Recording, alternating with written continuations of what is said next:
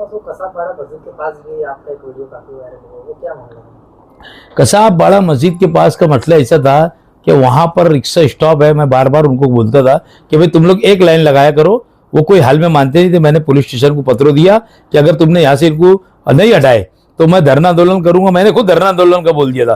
तो वहां पर बरवाल साहब, डीवाईएसपी बरवाल साहब पहुंचे, सिटी पुलिस स्टेशन के पीआई साहब वहां पर पहुंचे, और पहुंचने के बाद उन्होंने जो थी वो कार्रवाई करा, और आप रिक्शा वाले आराम से किनारे लगा रहे। हमको ये खुशी है, रोटी रोजी करो, बहरहाल लोगों को तकलीफ दे के मत करो। आप लगाएंगे रिक्शा के अंदर बैठने के लिए पैसेंजर तो आएंगी, मगर वो लोग जानबूझ के 3-3 रिक्शा का गैप लगा रहे थे। इसके लिए मैंने उनके ऊपर कार्रवाई किया, और मैं अभी आते जाते देख रहा कि वो लोगों ने अपनी रिक्शा को किनारे लगा दिया।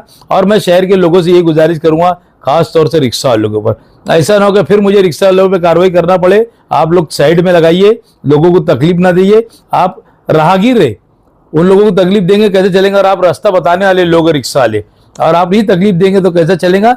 मैं रिक्शा वालों के शहर से गुजारिश करूंगा, शहरियान से, कि भाई आप भी अतिक्रमण का ध्यान रखे, और रिक्शा वालों से भी गुजारिश करूंगा आप भी जरा आराम से चलाए। और ये रिक्शा ला रहे 42, 43, 46 ये जो ला रहे, फिर मैं मालेगांव के अंदर फिर शुरू करूंगा, इसके ऊपर कार्रवाई करवाना।